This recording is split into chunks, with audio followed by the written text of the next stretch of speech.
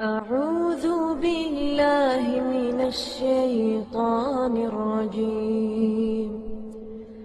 بسم الله الرحمن الرحيم. إن الحمد لله نحمده ونستعينه ونستغفره ونعوذ بالله من شرور أنفسنا ومن سيئات أعمالنا. من يهده الله فلا مضل له ومن يضلل فلا هادي له. وأشهد أن لا إله إلا الله وحده لا شريك له وأشهد أن محمدا عبده ورسوله. أما بعد فإن خير الحديث كتاب الله وخير الهدي هدي محمد صلى الله عليه وسلم وشر الأمور محدثاتها وكل محدثة بدعة وكل بدعة ضلالة وكل ضلالة في النار. رب اشرح لي صدري ويسر لي أمري واحلل عقدة من لساني يفقهوا قولي. رب أعوذ بك من همزات الشياطين وأعوذ بك رب أن يحضرون. أعوذ بالله السميع العليم من الشيطان الرجيم. إنه من يشرك بالله فقد حرم الله عليه الجنة ومأواه النار وما للظالمين من أنصار.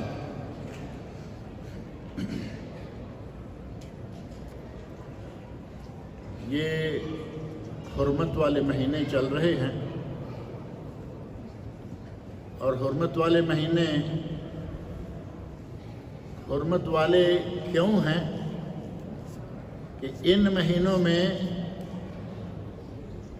ہر طرح کے گناہ سے عہد جاہلیت بھی بچا کرتے تھے. زمانہ جاہلیت میں بھی لوگ ان مہینوں میں گناہ کرنے سے بہت بچتے تھے. حتیٰ کہ اگر کوئی کسی کے باپ کا قاتل ہوتا اور ان مہینوں میں اس کے سامنے آ جاتا تو وہ نظر چھپا کر نکل جایا کرتا تھا. اتنی حرمت ہے ان 4 مہینوں کی، اور ان کا ذکر اللہ رب العزت نے قرآن کریم میں سورۃ التوبہ کی آیت نمبر 36 میں فرمایا ہے. ان عدۃ الشہور عند اللہ 12 شہرا فی کتاب اللہ یوم خلق السماوات والارض منہا 4 حرم. مہینوں کی تعداد 12 ہے اللہ کی کتاب میں، اور یہ کب سے ہے؟ یوم خلق السماوات والارض، جب سے اللہ نے یہ زمین و آسمان بنائے ہیں.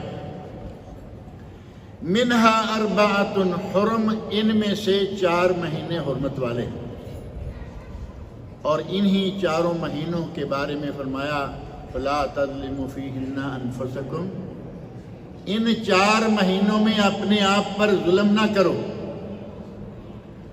اپنے آپ پر ظلم نہ کرو، اپنے مسلمان بھائیوں پر ظلم نہ کرو. اور 4 مہینے اللہ رب العزت نے فرما دیا، لیکن 4 مہینوں کی تحدید نہیں فرمائی کہ وہ 4 مہینے کون سے ہیں. اور وہ مہینے نبی اکرم صلی اللہ علیہ وسلم نے ہمیں بتائے کہ وہ 4 مہینے 3 متوالیات، ان میں سے 3 مہینے مسلسل ہیں.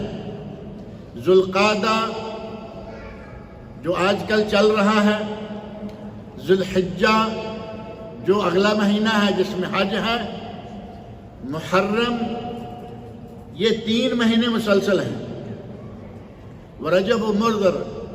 ورجب مضر الذی بین جمادی و شعبان، اور 4تھا مہینہ ہے رجب جو کہ جمادی الثانی یا جمادی ثانیہ اور شعبان کے درمیان ہے. یہ 4 مہینے نبی صلی اللہ علیہ وسلم نے مقرر فرمائے کہ یہ 4 مہینے ہیں حرمت والے.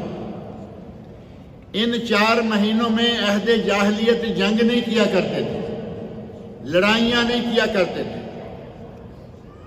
اور ان 4 مہینوں کی ہمیں مسلمانوں کو تو خاص طور پر قدر کرنی چاہیے، ان کی حرمت کا خیال رکھنا چاہیے، اور ان مہینوں میں کسی قسم کا گناہ اور اس کا ارتکاب کرنے سے ہمیں گریز کرنا چاہیے، بچنا چاہیے. باقی 8 مہینوں میں گناہ کرنے چاہیے، گناہ تو پورا سال پوری زندگی ہی نہیں کرنے چاہیے، کوشش کرنی چاہیے کہ آدمی گناہ سے بچتا رہے، لیکن کچھ خاص مہینے ہیں، رمضان کا مہینہ ہو گیا، اتنی برکت والا مہینہ ہے اور آدمی اس میں گناہوں کا ارتکاب کرتا رہے۔ ایک آدمی روزہ نہیں رکھا ہوا تھا اور ساتھ شراب بھی پی ہوئی تھی، حضرت عمر فاروق رضی اللہ عنہ کے سامنے لایا گیا تو آپ نے فرمایا ویحک، تو برباد ہو جائے، وصبیاننا صیام، ہمارے تو بچوں نے روزے رکھے ہوئے ہیں، تم نے روزہ نہیں رکھا ہو۔ رمضان کے مہینے میں گناہ سے بچیں، ان 4 مہینوں میں گناہ سے بچیں۔ ان 4 مہینوں میں سے 2 مہینے تو اشہر حج ہیں۔ اشہر حج یہ اصلاً 3 مہینے شمار ہوتے ہیں اشہر حج، اور وہ 3 مہینے یا 2.25 مہینے، شوال کا مہینہ، رمضان کے بعد فوراً حج کا مہینہ شروع ہو جاتا ہے۔ یہ ذوالقعدہ کا مہینہ، یہ 2 مہینے مکمل، اور ذوالحج ظاہر ہے کہ پورا مہینہ تو نہیں لیکن اس کو اشہر حج میں شمار کیا گیا۔ یہ 3 مہینے اشہر حج بھی ہیں، ان میں سے 2 مہینے اشہر حرم بھی ہیں۔ بڑی حرمت والے دن ہیں جو آج کل گزر رہے ہیں۔ روزے رکھنے کی کوشش کریں، گناہوں سے بچنے کی کوشش کریں، اور گناہ بھی خاص طور پر بڑے بڑے گناہوں سے۔ چھوٹے گناہ اللہ تعالیٰ معاف کر دیتا ہے، چھوٹے چھوٹے۔ اب چھوٹے کی اگر ہم تفصیل بیان کریں اور بڑے کا تعارف کروائیں تو بعض اہل علم نے پوری کتابیں لکھی ہیں صرف کبیرہ گناہ جمع کیے۔ میں نے یہ کئی بات یہاں ذکر کی ہے کہ علامہ ابن حجر حیثمی یہ 2 نام ہیں، ایک ہے ابن حجر حیثمی تا کے ساتھ 2 نقطے، اور ایک ہے علامہ ابن حجر نور الدین حیثمی سا کے ساتھ۔ حیثمی بہت بڑے محدث ہیں اور حیثمی بھی بہت بڑے امام ہیں، لیکن دونوں کا مقام اپنی اپنی جگہ پر الگ ہے۔ علامہ حیثمی رحمت اللہ علیہ کی کتاب ہے الزواجر عن اقتراف القبائر، اس میں انہوں نے سینکڑوں گناہ، 2 جلدوں کی کتاب ہے، 2 والیوں، سینکڑوں گناہ جمع کر دیے ہیں جن کو کہا کہ یہ سارے کبیرہ گناہ ہیں۔ اور علامہ ذہبی رحمت اللہ علیہ نے نبی صلی اللہ علیہ وسلم کی ایک حدیث کو بنیاد بناتے ہوئے اپنی کتاب الکبائر میں 72 گناہ، 70 اور 2 72 گناہ جمع کیے۔ اور شیخ الاسلام محمد بن عبد الوہاب رحمۃ اللہ علیہ نے اس سے تھوڑا مختصر کتاب، لیکن اس میں بھی انہوں نے کبائر جمع کیے۔ اور اہل علم کا کہنا یہ ہے کہ کوئی بھی کبیرہ نہیں رہتا اگر کبیرہ کے بعد آدمی توبہ استغفار کر لے۔ لا کبیرہ مال استغفار ولا صغیرہ مال اصرار۔ اگر کوئی چھوٹے چھوٹے کرتا ہی چلے جائے تو وہ چھوٹے نہیں رہیں گے۔ آپ دیکھ لیں کوئی بھی گناہ مسلسل کرتے رہیں گے تو وہ چھوٹا رہے گا، کوئی ایک چھوٹے سے چھوٹا بھی لے لیں۔ اگر عادت بنا لیں کہ شب و روز وہ کرتے ہی جا رہے ہیں تو وہ چھوٹا نہیں رہے گا۔ ایک کنکر کے ساتھ پہاڑ بنتا ہے، اور قطرہ قطرہ میشود دریا، قطرے قطرے سے دریا بہہ نکلتا ہے۔ اسی طرح گناہ کو چھوٹا نہ سمجھیں، اور پھر اگر کہیں ہو جائے تو فوری طور پر توبہ استغفار کریں۔ توبہ استغفار بڑے گناہوں کے لیے بھی معافی کا سبب بن جاتی ہے، اور اگر توبہ استغفار نہ کریں، گناہ پر اصرار کریں تو چھوٹے گناہ بھی بڑے بن جاتے ہیں۔ صحیح بخاری اور صحیح مسلم میں ایک حدیث ہے، نبی اکرم صلی اللہ علیہ وسلم ارشاد فرماتے ہیں اجتنبوا السبع الموبقات، 7 بڑے بڑے مہلک جو انسان کو ہلاک کر دیتے ہیں، جسمانی طور پر چاہے ہلاک نہ بھی کریں لیکن دینی ایمانی طور پر وہ انسان کو ہلاک کر دیتے ہیں۔ آپ نے فرمایا کہ ان 7 گناہوں سے بچو، اور صحیح بخاری مسلم کی حدیث جو حضرت ابو ہریرہ رضی اللہ تعالیٰ عنہ سے مروی ہے، اس میں 7 میں سے پہلا صحابہ کرام رضی اللہ عنہم کہتے ہیں یا رسول اللہ وما ہن، وہ 7 گناہ کون سے ہیں جن کے بارے میں آپ کہہ رہے ہیں کہ وہ بڑے مہلک ہیں، تباہ کر دیتے ہیں؟ تو آپ نے فرمایا سب سے پہلے الشرک باللہ، اللہ کے ساتھ شرک کرنا، الشرک باللہ، اور ایک اور حدیث ہے اس میں ہے الاشراک باللہ، معنی دونوں کا ایک ہی ہے۔ سب سے اہم ترین اور سب سے بڑا ایک تیسری حدیث جو صحیح بخاری میں ہے، اس میں نبی صلی اللہ علیہ وسلم ارشاد فرماتے ہیں الا انبئکم باکبر الکبائر، میں تمہیں کبیرہ گناہوں میں سے بھی سب سے بڑے گناہ کی خبر نہ دوں؟ اس میں فرمایا الاشراک باللہ، سب سے پہلے اللہ کے ساتھ شرک کرنا۔ اللہ کے ساتھ شرک کرنا ایک تیسری روایت ہے، اس میں ہے الا اخبرکم، الا انبئکم انبئکم، الا اخبرکم، کیا میں تمہیں سب سے بڑے گناہ کی خبر نہ دوں؟ تو سب سے بڑا گناہ فرمایا شرک۔ ہم یہاں جس ماحول میں رہ رہے ہیں، اللہ رب العزت کا بڑا احسان ہے کہ یہاں ہمیں کوئی شرک کے مظاہر نظر نہیں آتے۔ آپ نے پورا سعودی عرب تو گھوم کے دیکھا ہی ہوگا یقیناً، مکہ جاتے ہیں، مدینہ جاتے ہیں، جدہ جاتے ہیں، اور کوئی جیزان کی طرف جاتا ہے، کوئی ادھر شمال کی طرف جاتا ہے، آپ کو کہیں کوئی مقبرہ، کہیں کوئی مزار نظر نہیں آئے گا۔ یہ ایک اس پورے علاقے، پوری خلیج، صرف ایک سعودی عرب نہیں، 6 ملک پورے، سعودی عرب، کویت، بحرین، قطر، امارات اور مسقط عمان، 6 ملک آپ کو کہیں کوئی مزار نظر نہیں آئے۔ اگر تو مزاروں والوں کی وجہ سے ہی دنیا چل رہی ہے، جیسے ہمارے یہاں سوچتے ہیں لوگ، کہتے ہیں کہ دنیا تو یہی سنبھالے ہوئے ہیں، اگر مزاروں والوں کی وجہ سے ہی دنیا چل رہی ہے تو ان 6 ملکوں تو تباہ ہو جانا چاہیے تھا۔ لیکن آپ جانتے ہیں کہ اس وقت دنیا کے مالدار ترین اور دنیا کے پرامن ترین ملک ہیں تو یہ 6 ہیں۔ جس گناہ سے نبی اکرم صلی اللہ علیہ وسلم نے سب سے زیادہ ڈرایا، سب سے بڑا گناہ قرار دیا، ہمارے یہاں وہ بہت کھلے عام ہو رہا ہے۔ اور اس گناہ کو کرنے کے لیے ایک تو یہ ہے کہ کہیں الگ تھلگ مزار بنا دیا، اب تو حال یہ ہے کہ اب نہیں، شروع سے چلا آ رہا ہے، مسجد بنائی اور اس مسجد بنانے والے نے کہا کہ دیکھو میں مر جاؤں تو میری قبر اس مسجد میں ہونی چاہیے۔ آپ کے علم میں ہے کہ پاکستان، انڈیا میں بہت ساری مسجدیں ایسی ہیں کہ مسجدوں کے اندر قبر ہے، اور جس مسجد کے اندر قبر ہو اس میں نماز نہیں ہوتی۔ اب ان نمازیوں بیچاروں کا کیا بنے گا؟ قبرستان میں نماز نہیں ہوتی اور وہ مسجد جس میں قبر ہو اس میں نماز نہیں ہوتی۔ لیکن ہمارے یہاں شاد و نادر مسجدیں ہوں گی جو قبروں سے خالی ہیں، یا قبرستانوں میں مسجدیں ہیں یا مسجدوں میں قبریں۔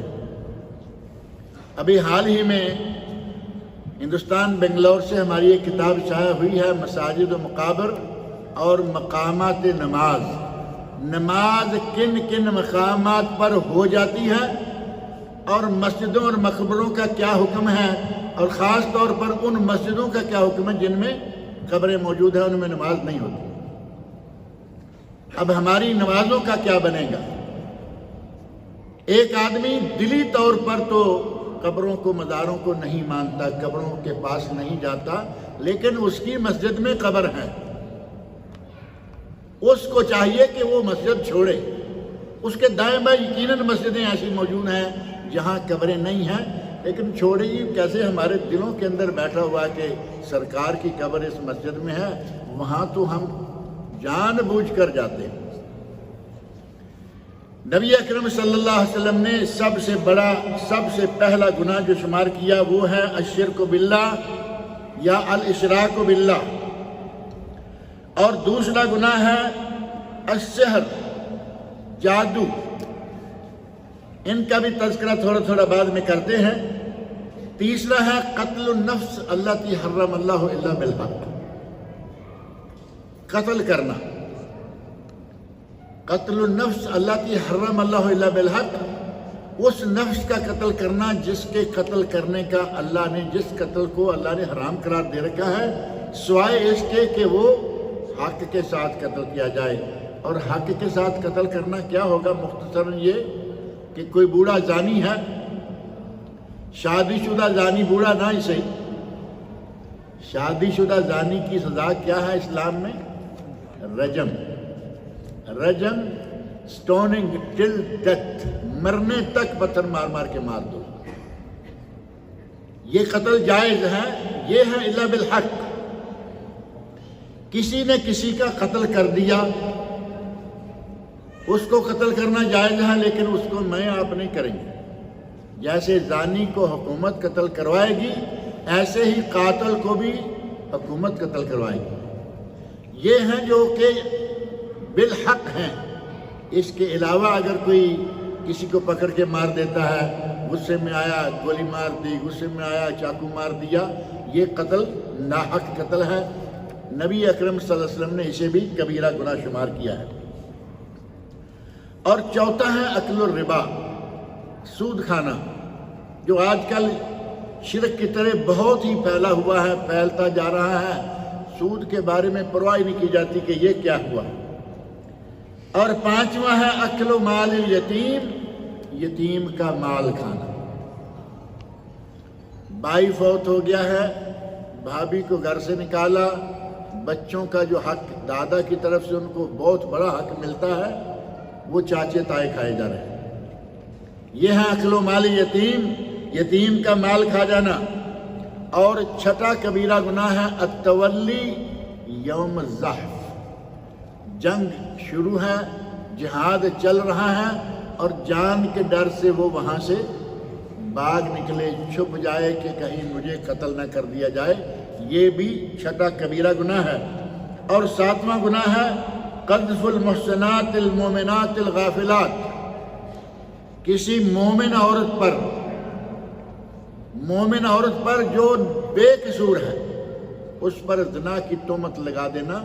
یہ 7 بڑے بڑے گناہ صرف اس ایک حدیث میں آئے ہیں، اور بعض احادیث میں ان کے علاوہ بھی بعض گناہوں کا ذکر آیا ہے، جن میں سے ایک حدیث میں حقوق الوالدین، 8واں کبیرہ گناہ ماں باپ کی نافرمانی، اور یہ بھی بہت عام ہوتا جا رہا ہے۔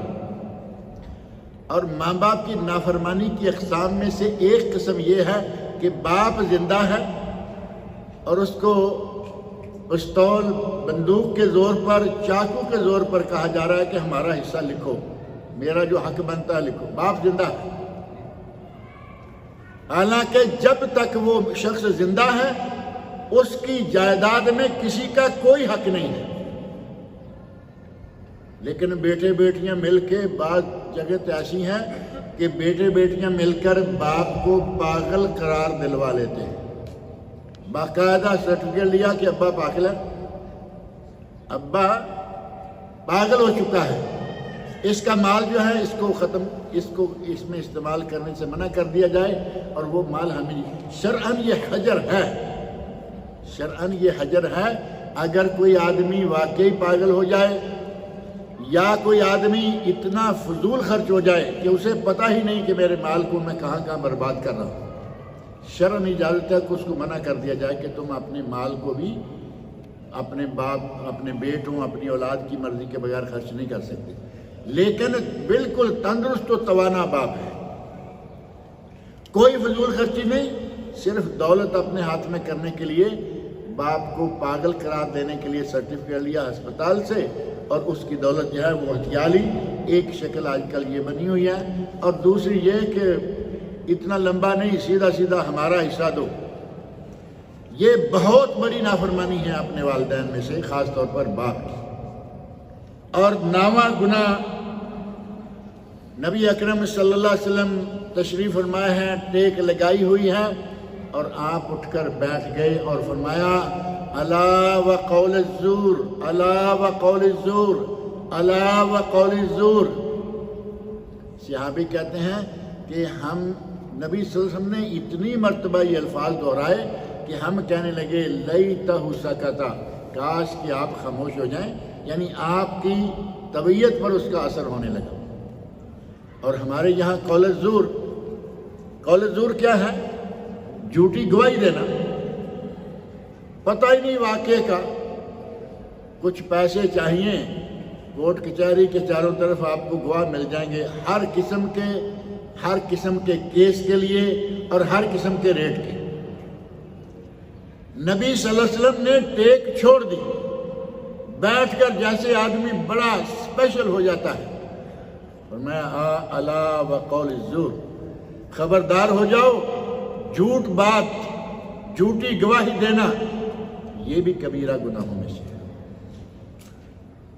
اور قرآن کریم میں اللہ رب العزت نے شرک کے بارے میں جو آیت میں نے ابھی پڑھی ہے، انہ من یشرک باللہ، جو اللہ کے ساتھ شرک کرے، فقد حرم اللہ علیہ الجنہ، پہلی بات یہ کہ اللہ نے اس پر جنت حرام کر رکھی ہے، مشرک آدمی پر جنت حرام ہے۔ شرک تو معلوم ہی ہے نا آپ سب کو، یا نہیں؟ اللہ کے ساتھ اس کی صفات میں کسی غیر اللہ کو شامل کرنا، غیر اللہ کے لیے نمازیں پڑھنا، غیر اللہ کے لیے جھکنا، غیر اللہ سے مانگنا، جو ما فوق الفطرت ہے۔ ایک مانگنا یہ ہے کہ میں کسی سے کہوں کہ بھئی یہ مجھے پانی پکڑاؤ، یہ میرے تو خیر پاس پڑا ہوا ہے، لیکن میں کہتا ہوں کہ مجھے پانی پکڑاؤ، اور وہ پکڑا سکتے ہیں، یہ شرک نہیں ہے۔ لیکن میں نے کہا کہ آپ بزرگ آدمی ہیں، مجھے بیٹا چاہیے، اور بزرگ بھی 2-3 فٹ زمین کے نیچے ہے، اس کی قبر پہ کھڑے ہو کے کہے کہ مجھے بیٹا چاہیے، اور چاہیے ہی چاہیے، قبر پہ سجدہ کر کے باقاعدہ مانگا جا رہا ہو۔ بعض لوگ کہہ دیتے ہیں کہ نہیں جی، یہ لوگ ایسے کہتے رہتے ہیں کہ سجدے کرتے ہیں، یقین مانے کہ میں نے اپنی ان آنکھوں سے آدمی کو قبر پر سجدہ کیے ہوئے دیکھا۔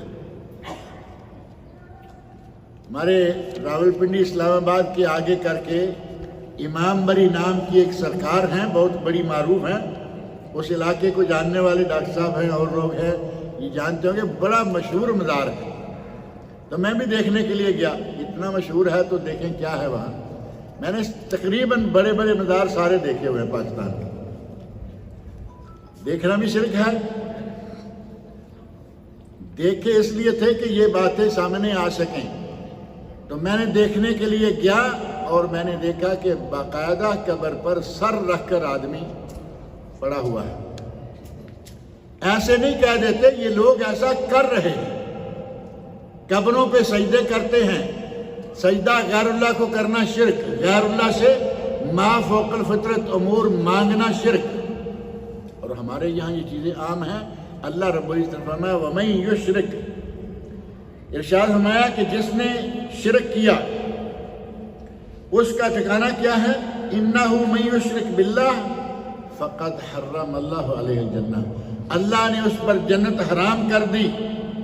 وَمَأْوَاهُ النَّارُ، اب یہ بھی ہو سکتا تھا کہ جنت حرام کر دیا، لیکن درمیان میں ایک جگہ ہے، جگہ تو درمیان والی سنی ہوگی نا آپ نے، آراف، جنت اور جہنم کے درمیان جگہ ہے، شاید جنت حرام کر دی ہے تو یہ آراف میں پڑا رہے گا، نہیں۔ اللہ رب العزت نے وہ بات بھی واضح فرما دی اور فرمایا وَمَأْوَاهُ النَّارُ، اس کا ٹھکانہ جہنم ہے، آراف میں نہیں۔ جنت حرام ہے، ٹھکانہ اس کا جہنم ہے۔ وَمَا لِلظَّالِمِينَ مِنْ أَنصَارٍ، اور ان ظالموں کو، مشرکوں کو ظالم قرار دیا گیا ہے۔ حضرت لقمان علیہ السلام نے اپنے بیٹے کو کہا نا لا تشرک باللہ، بیٹا شرک نہ کرنا، ان الشرک لظلم عظیم، شرک بہت بڑا ظلم ہے۔ اور یہاں اللہ رب العزت فرما رہے ہیں وَمَا لِلظَّالِمِينَ مِنْ أَنصَارٍ، مشرکین کے لیے کوئی مددگار وہاں نہیں آئے گا۔ دنیا میں تو کئی لوگ بیٹھے ہوتے ہیں نا، ہمارا ماہانہ سالانہ دیتے رہو تمہیں ہم پار لگا دیں گے۔ اللہ نے فرمایا وہاں کوئی پار لگانے والا نہیں آئے گا، یہاں ماہانہ دو، سالانہ دو، چڑھاوے چڑھاؤ، جو چاہے کرتے رہو، وہاں حکومت اللہ کی، اور وہاں کسی کو یہ حق نہیں ہوگا کہ وہ بولے۔ 20ویں پارے میں اللہ رب العزت نے پہلی سورۃ نبا میں فرمایا ہے اللہ کی اجازت کے بغیر کوئی بول بھی نہیں سکے گا، تو وہاں کسی کا کوئی مددگار سامنے نہیں آئے گا۔ اور دوسری معروف آیت ہے، یہ سورہ مائدہ کی آیت 72 ہے، اور دوسری سورۃ النساء کی آیت نمبر 48 میں اللہ تعالیٰ نے فرمایا ان اللہ لا یغفر ان یشرک بہ، اللہ کسی کو شرک معاف نہیں کرے گا، وَيَغْفِرُ مَا دُونَ ذَلِكَ لِمَن يَشَاءُ، اور شرک کو چھوڑ کر جو باقی گناہ ہیں جسے اللہ چاہے معاف کرے۔ توبہ آدمی کر لے اللہ رب العزت اس کو معاف کر دیتا ہے، لیکن باقی گناہوں کو اللہ معاف کرے گا، شرک معاف نہیں کرے گا۔ وَمَن يُشْرِكْ بِاللَّهِ فَقَدِ افْتَرَىٰ إِثْمًا عَظِيمًا، جو آدمی اللہ کے ساتھ کسی کو شریک بناتا ہے تو فرمایا کہ اس نے بہت بڑا گناہ، بہت بڑا افطراء، بہت بڑا بہتان باندھا اللہ رب العزت کی ذات پر۔ ایسے ہی صحیح بخاری شریف میں ایک حدیث ہے، نبی صلی اللہ علیہ وسلم سے پوچھا گیا ای الذنب اکبر، ہے اللہ کے نبی سب سے بڑا گناہ کون سا ہے؟ پہلے میں نے ذکر کی 3 احادیث جن میں نبی صلی اللہ علیہ وسلم فرماتے ہیں الا اخبرکم، کیا میں نے تمہیں بتاؤں کہ بڑا گناہ کون سا ہے؟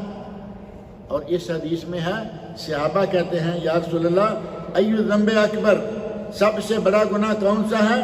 تو آپ نے فرمایا ان تجعل للہ ندا وہو خلقک، تو اللہ کے ساتھ کسی کو شریک بنائے جبکہ اللہ نے تو تجھے پیدا کیا ہے، بنایا ہے، اللہ تیرا خالق ہے اور تو اسی کے ساتھ کسی کو شریک بنا رہا ہے۔ علامہ سعدی رحمۃ اللہ علیہ جو سعودی عرب کے بڑے معروف علماء میں سے ہیں اور جو ابھی قریب ہی فوت ہوئے ہیں، علامہ ابن عثیمین رحمۃ اللہ علیہ ان کے استاد تھے، ان کی تفسیر سعدی اردو میں بھی چھپ گئی ہے، دارالسلام والوں نے 3 جلدوں میں چھاپی ہے، بہترین کتاب ہے۔ اس میں کہتے ہیں کہ اللہ نے جو فرمایا کہ یہ بہت بڑا ظلم ہے، تو یہ بہت بڑا شرک ظلم کیوں نہ ہوگا؟ جس نے پیدا کیا اس کے مقابلے میں کسی اور کو لا کے کھڑا کر رہا ہے، جس نے اس کو مال دیا، یہ ایک کنگال آدمی کو جو ساری دنیا کو مال دے رہا ہے، یہ ایک کنگال آدمی کو اس کے مقابلے میں کھڑا کر رہا ہے، جو ساری دنیا کو نعمتیں دے رہا ہے، اس کے مقابلے میں اسے لا کے کھڑا کر رہا ہے جس کے پاس کچھ ہے ہی نہیں۔ حضرت کے پاس کچھ ہوگا قبر میں؟ وہاں نہ اے ٹی ایم چل رہا ہے حضرت کا، نہ وہاں کچھ اور چل رہا ہے، قبر ہے اور حضرت ہے، لیکن اس نے اس تمام دنیا کو نعمتیں دینے والے کے مقابلے میں حضرت صاحب کو کھڑا کر رکھا ہے۔ علامہ شادی رحمۃ اللہ فرماتے ہیں اس سے بڑا ظلم اور کیا ہوگا؟ اور شرک جو ہے یہ گناہوں کو، نیکیوں کو برباد کر دینے والی چیز ہے۔ شرک کے نتیجہ میں نیکیاں برباد ہو جاتی ہیں۔ اللہ رب العزت نے قرآن کریم میں سورۃ الانعام 18 پیغمبروں کے نام لیے اکٹھے، 18 پیغمبروں کے نام لے کے فرمایا وَلَوْ أَشْرَكُوا، اگر یہ نبی بھی شرک کرتے، انبیاء تو شرک نہیں کرتے، لیکن فرمایا وَلَوْ أَشْرَكُوا، اگر یہ نبی بھی شرک کرتے لَحَبِطَ عَنْهُمْ مَا كَانُوا يَعْمَلُونَ، تو ان کے سارے نیکیاں اور جتنے بھی انہوں نے نیک اعمال کیے ہیں وہ سارے کے سارے برباد کر دیے جاتے۔ اور انبیاء کرام کے سردار اور امام حضرت محمد رسول اللہ صلی اللہ علیہ وسلم کو مخاطب کر کے اللہ رب العزت نے سورۃ الزمر کی آیت 65 میں فرمایا وَلَقَدْ أُوحِيَ إِلَيْكَ وَإِلَى الَّذِينَ مِن قَبْلِكَ وَإِلَى الَّذِينَ مِن قَبْلِكَ، اے میرے نبی تجھے بھی وحی کی جا چکی ہے اور تجھ سے پہلے انبیاء کو بھی وحی کی جا چکی ہے۔ اب اس میں تمام انبیاء بھی آ گئے اور بالخصوص ہمارے نبی محمد رسول اللہ صلی اللہ علیہ وسلم بھی آ گئے۔ فرمایا وَلَقَدْ أُوحِيَ إِلَيْكَ وَإِلَى الَّذِينَ مِن قَبْلِكَ لَوْ أَشْرَكْتَ، اگر تو نے شرک کیا، لَوْ أَشْرَكْتَ لَيَحْبَطَنَّ عَمَلُكَ وَلَتَكُونَنَّ مِنَ الْخَاسِرِينَ، تیرے اعمال بھی برباد ہو جائیں گے اور تو نقصان اٹھانے والوں میں سے ہو جائے گا۔ اب اندازہ کریں کہ نبی صلی اللہ علیہ وسلم کہاں شرک کریں گے؟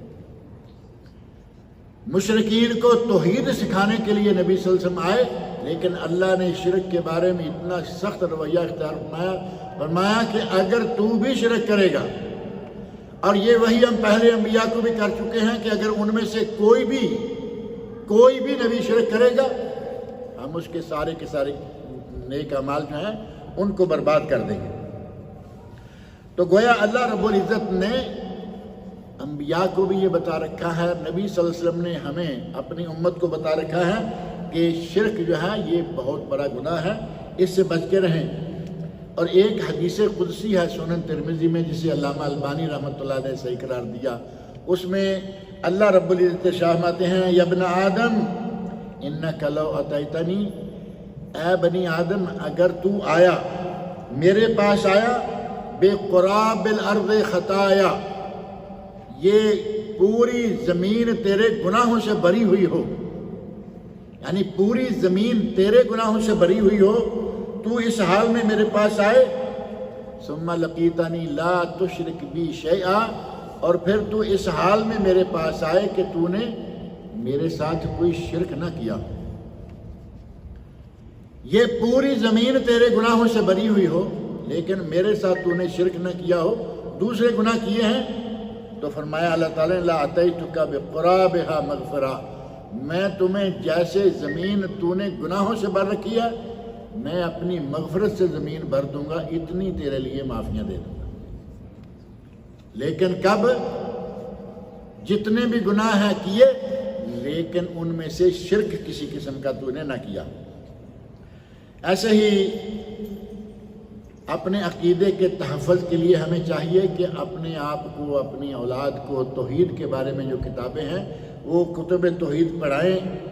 اور آج کل چینلز بہت ایسے ہیں، سیٹلائٹ چینل خاص طور پر، کچھ چینل اسپیشل قبروں کے، مزاروں کے حالات ہی بتاتے رہتے ہیں، نام بڑے بڑے خوبصورت رکھے ہوئے ہیں، لیکن ان کے پورے کے پورے 24 گھنٹے کے پروگرام چیک کریں، آپ کو گھما پھرا کے وہیں لے کے جائیں گے۔ اس قسم کے چینلوں سے خود بھی بچیں، اپنے بال بچے کو بچائیں۔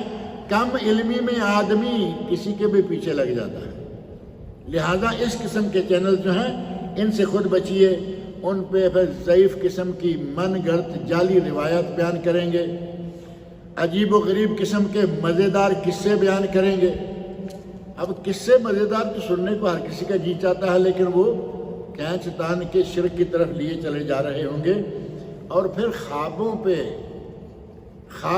بڑا انحصار ہوگا ان کا۔ میں نے خواب دیکھا، میرے استاد نے خواب دیکھا، میرے پیر نے خواب دیکھا، میرا ایک کیا کہیں گے شاگرد ہے یا میرا مرید ہے، امریکہ میں بیٹھا ہے، اس نے خواب دیکھا، ایک افریقہ میں بیٹھا اس نے خواب دیکھا۔ خوابوں پہ شریعت نہیں ہے، ہماری شریعت مکمل ہو چکی کب؟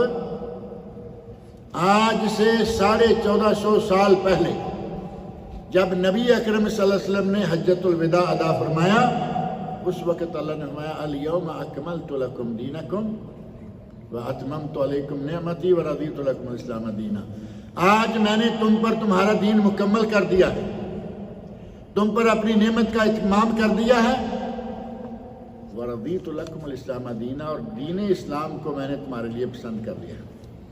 اتنا عرصہ پہلے ہمارا دین مکمل چکا، آج ایک مولوی اٹھے اور کہے میں نے خواب میں دیکھا ہے یہ کر لو، میں نے خواب میں دیکھا، میرے مرشد نے دیکھا، میرے مرید نے دیکھا، میرے بھائی نے دیکھا۔ بھائی تم اپنے خواب اپنے پاس رکھو، ہمارے لیے شریعت کتاب اللہ سنت رسول کافی ہے۔ اور قلب سلیم، صحیح دل، صاف ستھرا دل، جس میں نہ شرک ہو نہ بدعات ہوں، شرک کی طرف لے جانے والی بدعات ہیں۔ پہلے بدعات کا کھاتہ کھولتے ہیں اور اس کے بعد چلتے چلتے پھر آگے شرک شروع ہو جاتا ہے۔ شبہات ہیں، مال کے شبہات، نفس کے شبہات، پیٹ کے شبہات، شہوتیں، یہ ساری چیزیں آہستہ آہستہ اسی طرف لے کے جاتی ہیں۔ ہمیں چاہیے کہ ان چیزوں سے پوری طرح بچ کریں۔ حضرت معاذ رضی اللہ عنہ نبی صلی اللہ علیہ وسلم کے پاس آپ کے ساتھ بیٹھے ہوئے ہیں، آپ کی سواری پر ہیں۔ نبی صلی اللہ علیہ وسلم کی تواضع دیکھیں، انکساری دیکھیں۔ سواری ہے چھوٹی سی، کوئی بہت بڑا جہاز نہیں ہے اور بہت بڑی لیموزین نہیں ہے جو آج کل میرا خیال ہے 4-4 6-6 گز لمبی لیموزین چل رہی ہے، کچھ بھی نہیں ہے۔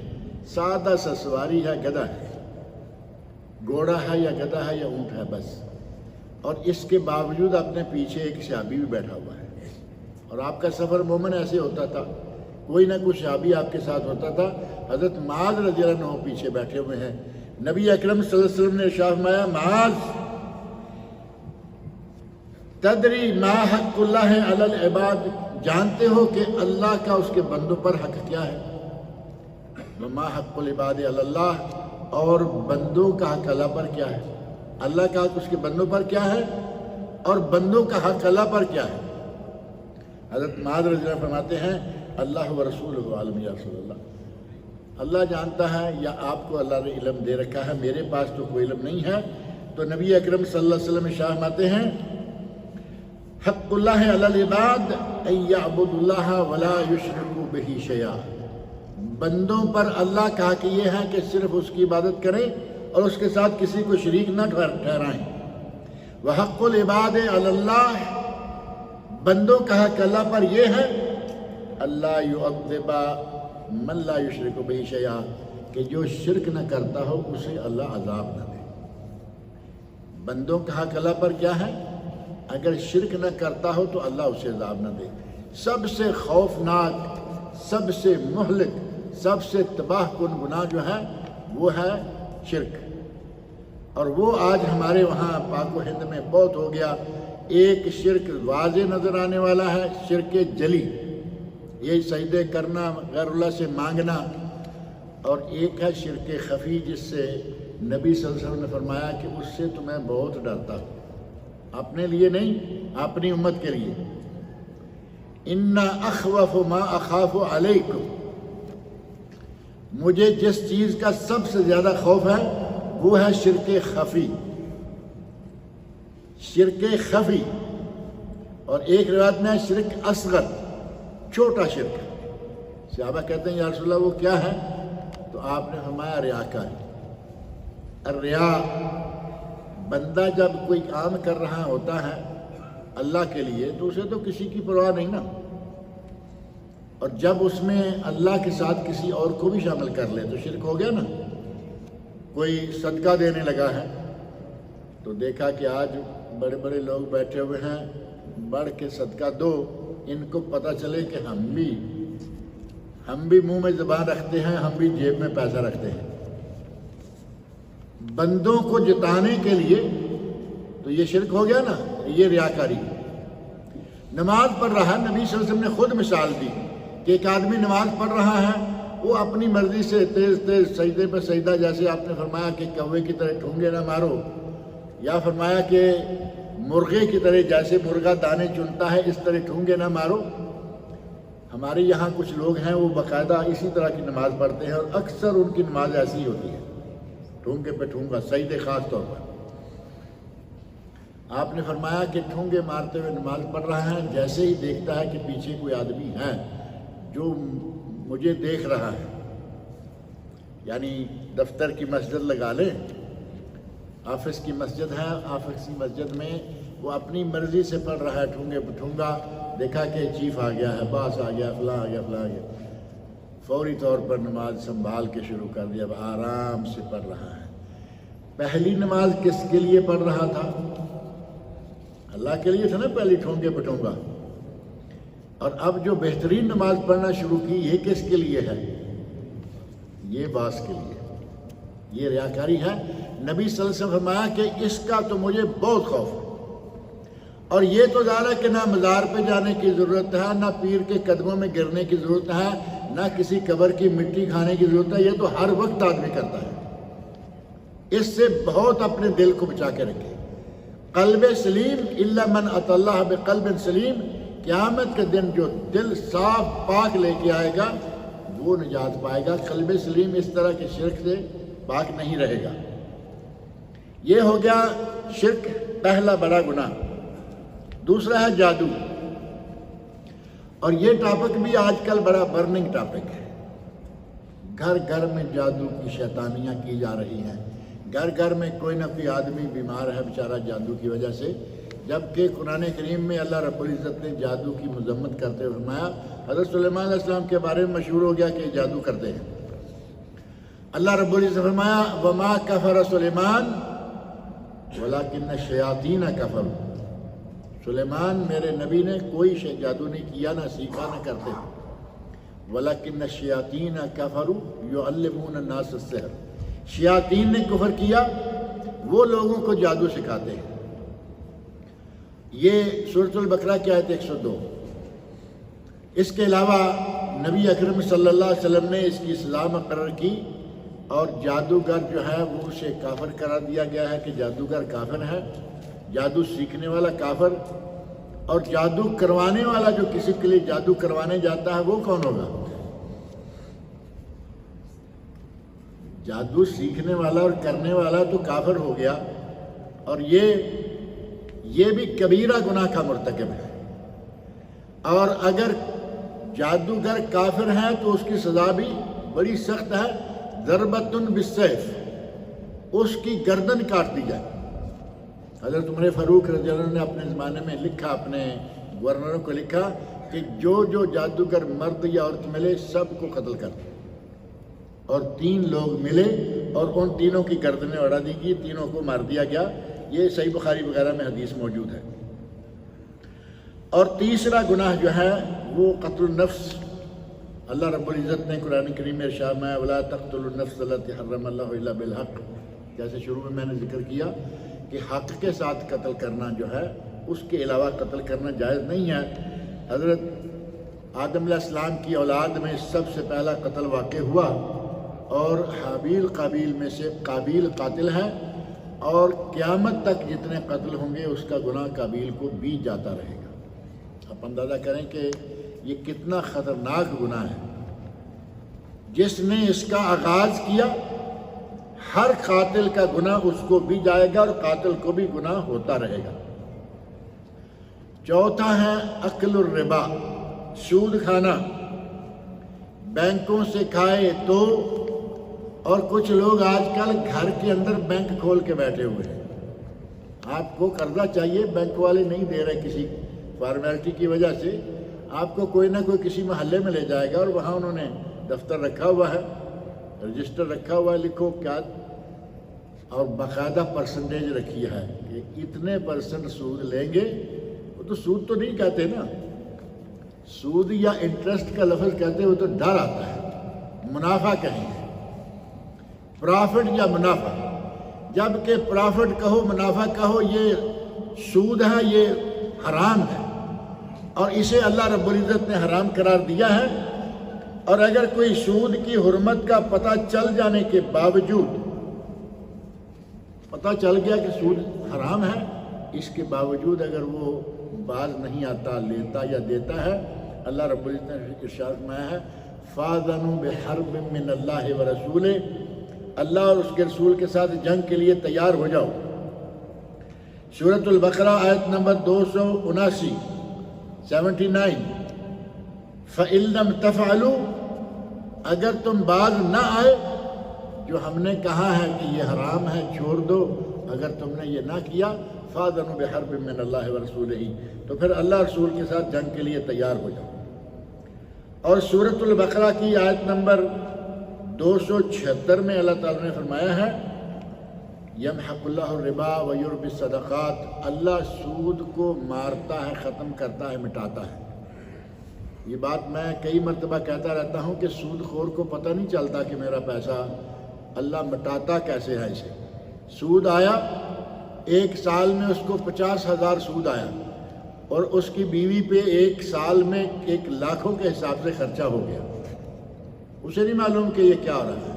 اللہ رب العزت کا ارشاد برحق ہے کہ سود کو اللہ ختم کرتا ہے، وَيُرْبِ الصَّدَقَاتِ، اور صدقہ و خیرات کریں گے تو اللہ رب العزت ان میں برکتیں ڈالتا ہے، ان میں اضافہ کرتا ہے۔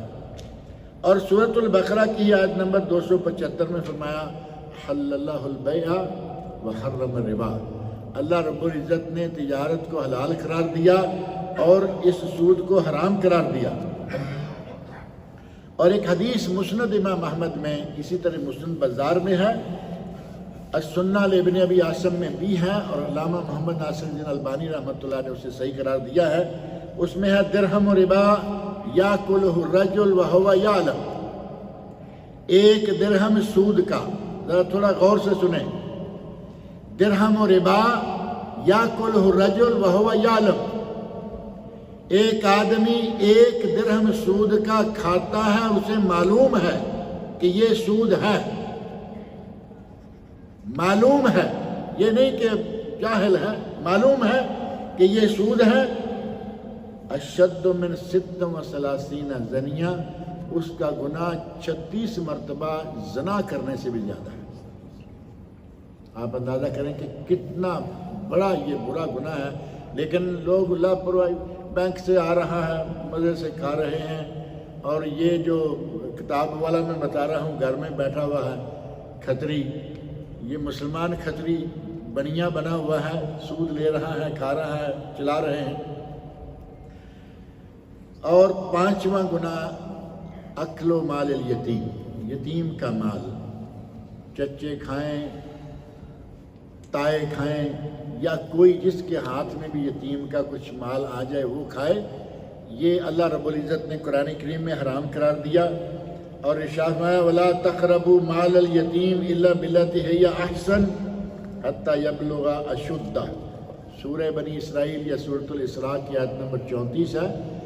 یتیم کا مال نہ کھاؤ، الا باللتی ہے یا احسن، سوائے اس کے کہ تمہارے ہاتھ میں کسی یتیم کا بہت بڑا مال آیا ہوا ہے، اب تم اس کو تجارت میں لگا رہے ہو، تم اس پہ کام کر رہے ہو، اپنا حق حاصل کر، صرف تنہا لے لو، یہ ہے الا باللتی ہے یا احسن حتی یبلغ اشدہ، اور یہ تب تک کرو جب وہ جوان نہ ہو جائے، جب جوان ہو جائے اس کا مال اس کے ہاتھ میں دے دو۔ اور 6واں گناہ ہے التولی یوم الزحف، میدان جنگ سے بھاگ جانا، موت سے ڈرتا ہوئے بھاگے ہے نا، جبکہ موت اللہ رب العزت نے قرآن کریم میں ارشاد فرمایا ہے کہ موت تمہیں آ جائے گی چاہے تم کہاں بھی ہوگے، اینما تکونوا یدرککم الموت ولو کنتم فی بروج مشیدہ، سورۃ النساء آیت نمبر 78، موت تمہیں آ جائے گی وَلَوْ كُنْتُمْ فِي بُرُوجٍ مُشَيَّدَةٍ، چاہے تم کتنے مضبوط قلعوں میں کیوں نہ ہوگے۔ امام ابن کثیر رحمۃ اللہ نے کئی واقعات ذکر کیے ہیں اس سلسلہ میں، اور کئی واقعات پیش آئے ہمارے جنگوں کے دوران، آدمی نے بچنے کی کوششیں کی، چھپا اپنے گھر میں، فوج والے لینے کے لیے آ جاتے ہیں نا گھروں میں۔ ایک واقعہ سننے میں آیا کہ فوج والے لینے کے لیے آئے اور یہ اندر بھاگا جا کے پچھلی کوٹڑی بھی معلوم ہوگا نا، یہ کمرہ ہے اور یہ پیچھے یہاں تو محراب والوں کا حصہ ہے، دیہات میں کوٹڑی ہوتی ہے، کچھ سامان وغیرہ ریزرو وہاں پڑا رہتا ہے، کوٹڑی میں لحاف پڑے ہوئے تھے، کمبل سمیلے لے پڑے ہوئے تھے، ان میں جا کے چھپ گیا، گھر والوں کو کہا کہ کوئی بتائے نہیں، اب گھر والے فوجی کہاں جا کے کمبل کھولتے پھریں گے، وہاں چھپ گیا، فوجی چلے گئے، اور گھر والوں نے، ماں نے، کسی نے کہا کہ اب جا کے کہتے ہیں کہ بھائی نکل آؤ، اور گئے تو دیکھا کہ مرا پڑا ہے، اسے سانپ نے ڈس لیا ہے۔ وَلَوْ كُنْتُمْ فِي بُرُوجٍ مُشَيَّدَةٍ يُدْرِككُمُ الْمَوْتُ وَلَوْ كُنْتُمْ فِي بُرُوجٍ مُشَيَّدَةٍ، موت تمہیں لے لے گی، ڈرنے سے بھاگنے سے کیا فائدہ؟ میدان جہاد سے بھاگنا کبیرہ گناہوں میں سے ایک ہے، اور اپنی جگہ سے ہٹ جانا صرف ایک شکل میں جائز ہے کہ آدمی پیچھے ہٹنا، کہا نا پیچھے ہٹنا گناہ ہے، پیچھے ہے تولی، پشت پھیر کر میدان سے بھاگ جانا، لیکن اگر میدان کے اندر ہوتے ہوئے ہی وہ صرف اتنا کرتا ہے وَمَن يُوَلِّهِمْ يَوْمَئِذٍ دُبُرَهُ إِلَّا مُتَحَرِّفًا لِقِتَالٍ أَوْ مُتَحَيِّزًا إِلَى فِعْلٍ، اگر وہ جسے پینترا بدلنا کہتے ہیں نا، پینترا بدلنے کے لیے پیچھے سے ہو کے کہیں ان کو آ کے مارنا چاہتا ہے جائز، اگر اس نے دیکھا کہ میرے لوگ وہاں زیادہ ہیں اور وہاں جانے کے لیے مجھے ایک مرتبہ پلٹ کے جانا پڑے گا جائز، لیکن جان بچانے کے لیے میدان سے بھاگے، کبیرہ گناہ۔ اور 7واں گناہ ہے قذف المحصنات المومنات الغافلات، غافل مومن عورتوں پر بہتان لگانا۔ اور سورہ نور کی آیت نمبر 23 میں اللہ تعالیٰ نے فرمایا ان الذین یرمون المحصنات الغافلات المومنات لعنوا فی الدنیا، جو لوگ غافل مومن عورتوں پر بہتان لگاتے ہیں ان پر دنیا میں لعنت ہے، والآخرہ، آخرت میں بھی ان پر لعنت ہوگی، وَلَهُمْ عَذَابٌ عَظِيمٌ، اور ان کے لیے عذاب عظیم ہے۔ اور تہمت یا بہتان ہے کیا؟ ایک ہے غیبت، غیبت ہے کہ اپنے بھائی کے بارے میں کچھ باتیں اس کی عدم موجودگی میں کرنا کہ وہ ایسا ہے وہ ایسا ہے۔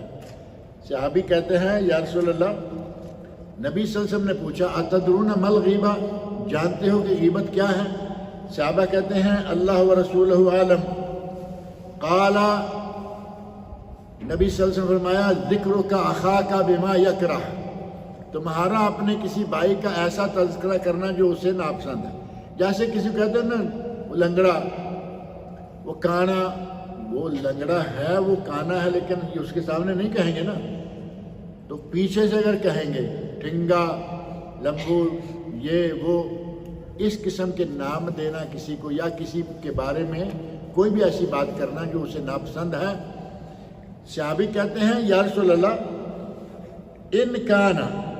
ان کانا فی اخی ما اقول، جو میں کہہ رہا ہوں اگر واقعی وہ میرے بھائی میں ہو وہ عیب ہے، تو نبی اکرم صلی اللہ علیہ وسلم نے فرمایا ان کان فیہ ما تقول فقد اغتبتہ، اگر اس میں وہ عیب ہے تو پھر کہہ رہے ہو، پھر تو تم نے غیبت کی، چغلی کی۔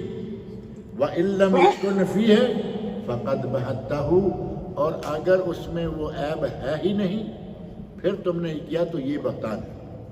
ام المومنین حضرت عائشہ رضی اللہ عنہا پر بہتان لگا نا، یہ آیات جو ہیں یہ اسی موقع پہ نازل ہوئیں، اور اللہ رب العزت نے آسمان سے ان کی برات کا اعلان کیا۔ اور اسی طرح سورۃ الحجرات میں وَلَا يَغْتَبْ بَعْضُكُمْ بَعْضًا، تم آپس میں ایک دوسرے کی غیبتیں نہ کیا کرو، اور ساتھ ہی غیبت کرنے کے بارے میں کتنا برا اور کتنا گندا گناہ ہے۔ ارشاد فرمایا أَيُحِبُّ أَحَدُكُمْ أَن يَأْكُلَ لَحْمَ أَخِيهِ مَيْتًا فَكَرِهْتُمُوهُ، کیا تم میں سے کوئی یہ چاہے گا کہ وہ اپنے مردہ بھائی کا گوشت کھائے؟ فَكَرِهْتُمُوهُ، تم خود اس سے کراہت کرو گے۔ جب یہ کراہت کرتے ہو تو فرمایا کہ یہ غیبت جو ہے یہ ویسا یا اس سے بھی بڑھ کر گناہ ہے۔ اللہ رب العزت ہمیں سب کو توفیق دے کہ ہم کبیرہ صغیرہ سارے گناہوں سے بچیں، اور ان خاص طور پر جو اشہر حرم ہیں ان میں اپنے آپ کو بچا کے رکھیں، صغیرہ گناہوں سے بھی اور کبیرہ گناہوں سے۔ اللہ تعالیٰ مجھے اور آپ سب لوگوں کو نیک عمل کی توفیق عطا فرمائے۔